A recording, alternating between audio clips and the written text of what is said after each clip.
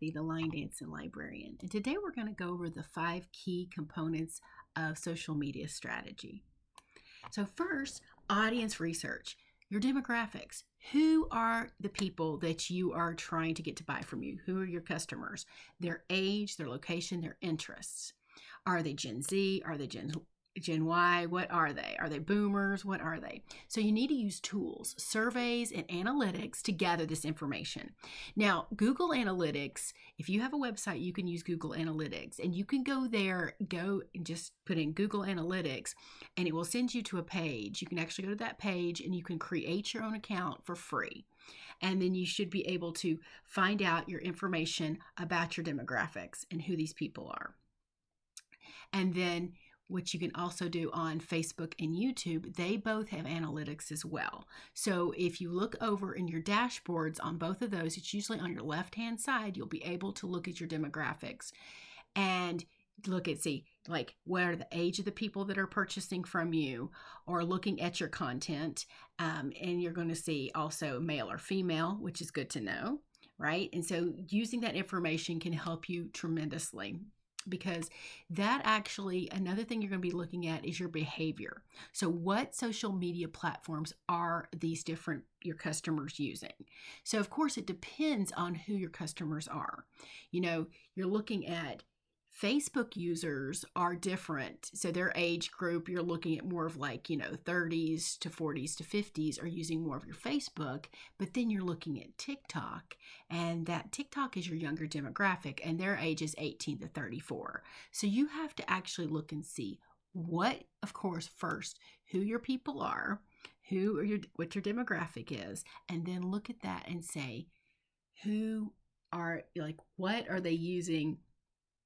I'm sorry, I'm getting all flustered here. You're looking at what age group they are, and then you're looking at the platforms they're using. So I apologize. I'm kind of getting off there. So then, of course, that also leads to what kind of content is going to resonate with whoever your people are, whoever these people that are using this are. So you can actually go get some information you can, of course, look it up on Google to find out what your demographics are looking for in their content. Or what you can actually do is you can actually go to Statista.com. And this is a free website that also you can do paid versions as well, but you can get statistics and good information about your demographics, your Gen Y, your Gen Z, and your boomers and things like that, your millennials, and find out what they're doing and what content resonates with them on their platforms. So know your audience, and then of course you're going to tailor that content towards them. You're going to create any kind of posts that are going to speak directly to their interests and their needs. So then also you're going to look at your demographics and how to create that particular content. So for example, your Gen Z are looking more at your videos and things like that. So how can you create better videos? And of course, you want to create things that are engaging. You want to be exciting when you're doing your video content. You want to use great color and things like that. But you also want to make things very short for them because their attention span, everybody's attention span lately is very, very short. So your videos you want to keep down, especially if you're using them for Facebook or Instagram. I would say less than a minute. Okay. So now when you're posting, it's all about engagement, making sure that you're responding to comments that are made on your social media platforms. You're asking questions. Maybe you are giving away something for free, giving a freebie away. You're actually engaging and you're building a community of followers and your customers or whoever you want to follow you. Okay, so the second key component for social media strategy is brand identity. Okay, it's more than just a logo. That logo from my line dancing business, line dancing librarian. So it's also your personality and your values. And you need to define your brand. Start with your mission, okay? What do you stand for? All right. As far as line dancing is concerned, the line dancing librarian, I stand for all kinds of things. But what I really do is line dancing. And then, of course, being a librarian, being able to give that information to people, and especially to the small business owner or anybody who wants to start a small business, and understanding how to use that information. So it's important to know for your brand identity, your visual elements, okay? Making sure you're choosing colors, fonts, imagery, things that reflect your brand's vibe. And you have to make sure when you're doing colors, you're doing something, hey, something like this is nice and bright. Another thing is your font. You have to be careful with your fonts. Fonts, something, I wouldn't go any fancier than something like this. You have to be careful if you're doing something like in cursive or something like that, because sometimes people can't see that very well. And so you have to take that into consideration. Sometimes your fonts are like Arial, Times New Roman are good to use because they're basic fonts, and you want to make sure they're big enough for people to view. Anything over a 12-point font is good to use, so that's good to keep in mind. And this allows for your audience to recognize you instantly because you keep it consistent. Always keep your brand logos or any kind of wording consistent so that they know you immediately. Okay, another thing we're going to look at is, of course, your tone of voice. Make sure you're friendly and you're casual. Okay. You can also, if you don't want to do friendly and casual, you can do a little bit more professional or authoritative. So you have to decide which one you want to do there. This will be able to guide you and your messaging across all different kinds of platforms. Okay. Another thing to think about is authenticity matters. Okay, share your story, your values, let your personality shine through. And way to do this is, for me, I know that I've found this very important for me to be able to reach out to more people. I want to, for my line dancing business and for this business, the Legacy Builder program, is that I want to actually be able to work this 2-hour workday so that I can do more things for people and help more people, maybe do volunteer work and to help them in that mission of mine in my life to find where I belong in this world and how I can help others. So that's mine. The third one is you have a third key component, and that is the social media strategy.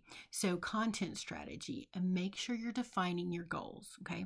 You want to increase your brand awareness and you want to drive traffic, and boost engagement. But you need to know the objectives, okay, that will guide you towards your content creation, to what you're creating. So the good thing for you to do is brainstorm content ideas that resonate with your audience. Okay, you can look that kind of stuff up. So, like, depending on what your demographic is, you can look at what they're looking at. Do a Google search. Find out what your boomers are looking at. Find out what your millennials or your Gen Z or whoever your demographic is. Find out what they're looking at. Look at diverse formats that you could use. You can use videos. You can use infographics. And an infographic is something that is a graphic that has pictures on it, maybe with different information, maybe some facts and things like that. You can use blogs. You can use polls and surveys. And you want a variety so that you can keep it fresh, you can keep it engaging. You definitely want it to resonate, maybe with several different types of age groups. Okay? Doing a content calendar. If you have a content calendar, you can plan your strategy. You can schedule your posts, and this helps with consistency. Okay? It keeps you in line with your events in your industry as well. So you're making sure that you're putting that on your calendar and you're understanding what's going on. Make sure you do a calendar. All right. Keeping track of your performance. Okay. You're going to need to keep track and analyze your engagement. You're going to be looking at those metrics. You're going to be doing that, of course, if you're using the Google Analytics. You're going to be looking at that and seeing what's working.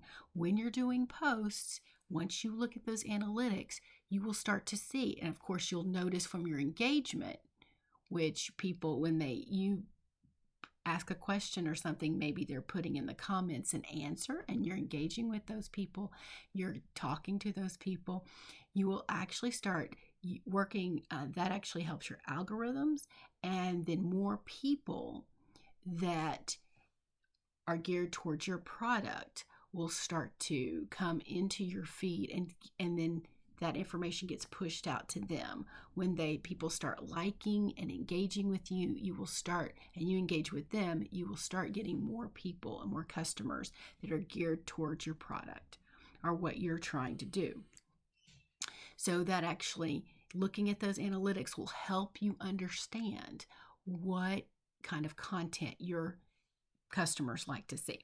Now, the fourth key component of social media media strategy is using analytics to track your performance. And we just talked about that a little bit, but we're going to go a little bit deeper into that. For analytics, they're going to provide a valuable insight into how your content is performing. And you start by identifying key metrics. Okay? You're looking at your likes, your shares, your comments, and your reach. And like I said, the dashboard, you've got the dashboard in Facebook and on YouTube over to the left-hand side. And that's actually going to, if you click on that, that can help you understand who your people are. Okay? If you have a website, you can use Google Analytics for that. Regularly check your analytics. Okay, you can do that weekly if you want to, and then you can see, like I said, which video content you're using, or which, if you're doing infographic or something like that, which ones are resonating with your audience. Of course, also if you're using a particular question that people are engaging with more than others of some of your other questions that you might be posting. And then you're going to use that data to refine your content strategy. Okay, look for trends over time, like what is working. Are certain ones, maybe you hold your cat or your dog and you talk in one of your videos, or you take your product and you're holding your product in one of your videos, or showing how your product works in one of your videos. Are those getting better engagement, more likes and things like that than other videos or other pictures or infographics or anything else that you're using? Okay, then you're going to implement those changes, and this will help to boost your engagement. Now, and using these analytics effectively can very much transform your social media presence. The fifth and final key component of social media strategy is consistency. Consistency is the key, okay, to building trust and engagement with your audience. So we know that people purchase from people that they know, like, and trust, okay? So you're going to post regularly, okay? What I like to do is I post 3 times a day, 10 a.m., 5 p.m., and 8 p.m. 10 a.m. is generally when a lot of people are on Facebook, for example. That's what I use right now. I'm going to start going into Instagram eventually, and I'll start going over that and how I go into that journey of Instagram. But right now I'm doing mostly Facebook. And at 10 a.m. is when it says, it actually, if you click under your dashboard, it will tell you times when people are more active. So that's helpful to know. So make sure that you're posting regularly, because that keeps people, like I said, keeps your, whatever it is that you are trying to do in their mind, okay? Top of their mind, and encourages followers to interact with you. Use that content calendar. Remember to use that to schedule your posts in advance, okay? That's what I like, especially if you have Facebook and Instagram. What you can do is, if you have the Facebook for your business, I do, and what I can do is I can actually go in there and I can actually set it up to where, schedule it to where the posts are at different times, and then I can do it a week ahead of time. I can do it 2 weeks ahead of time. So I can go ahead and take my content and put it in there ahead of time. I can also, if I find that there were videos that were doing better than others, I can go back in there and I can go into that dashboard, into that content, over to the left-hand side, go to the dashboard, and then you're going into your planner and your content.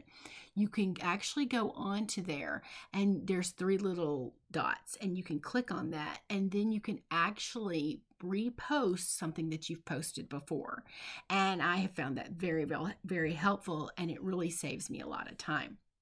So make sure that you're doing that as well. So like I said, take time each week to look at your performance and how those are doing and your engagement with those videos, and be consistent, okay? Engaging with those people constantly. Comments, conversations, sharing, making sure that you're doing that. And like I said, being consistent, that's going to build a strong presence, and it's going to resonate with your audience. So if you want more information about this, some free information, and how you can get your social media up and going, go ahead and go to kslegacybuilder.com for more information to get started today. Thank you so much for listening, and I hope and pray y'all have a wonderful day. Take care.